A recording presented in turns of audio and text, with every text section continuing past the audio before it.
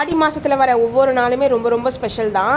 ஏன் நான் சொல்கிறேன்னா, இன்றைக்கி எங்கள் வீட்டில் வந்து கூழுத்தி பிடிச்சாச்சு. ஏன்னா மித்திரனுக்கும் அம்மா போட்டு இருந்ததுனால எதுவுமே நான் செய்யாத இருந்தேன்.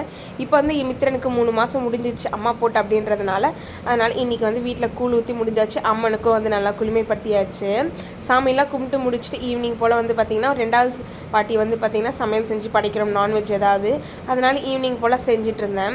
ஒருத்தருக்கு கருப்பாக இருக்காங்க, வெள்ளையாக இருக்காங்க, அதையும் தாண்டி அவங்க மனசில் என்ன இருக்குதுன்னு பார்க்கணும். இப்போலாம் வந்து பார்த்திங்கன்னா கருப்பாக இருக்கிறவங்கள ஒரு இலக்காரமாக பார்க்குறதே வேலையாக போச்சு நம்மளுக்கு. என்னையும் வந்து பார்த்திங்கன்னா நிறைய பேர் வந்து பார்த்திங்கன்னா கேலி பண்ணியிருக்காங்க. அதையும் தாண்டி பின்னாடி வந்து பேச ஆரம்பிச்சிட்டாங்க. எனக்கு வந்து பார்த்திங்கன்னா கலரை பற்றி பேசுறதுல எனக்கு அவ்வளோ கோவம் வராது. எல்லாத்தையும் சிரிச்சுட்டு அமைதியாக போகிற ஆள் நான். பட் வந்து மேரேஜுக்கு அப்புறம் அப்படின்னு பார்த்திங்கன்னா என் வீட்டுக்காரர் கூட வந்து கம்பேர் பண்ண ஆரம்பிச்சிட்டாங்க.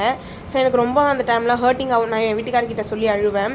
உனக்கு இந்த ஜென்மத்தில் இப்படி தான் பொண்ணு அண்மையினும் இருக்குதுன்னு சொல்லிட்டு சொல்லுவாங்க. என் காது படையே கேட்கும். ஸோ நம்மளால் வந்து எதுவும் பண்ண முடியாது. என்னமோ அவங்க வந்து ரொம்ப வெள்ளையாக இருக்கிற மாதிரியும் நம்மளை வந்து கருப்பாக இருக்குது அப்படின்னு சொல்லிட்டு இருக்காங்க. முதல்ல வந்து பார்த்திங்கன்னா மனசை புரிஞ்சு பேச கற்றுக்கணும். இப்படிலாம் வாய் வார்த்தையாக பேசக்கூடாது.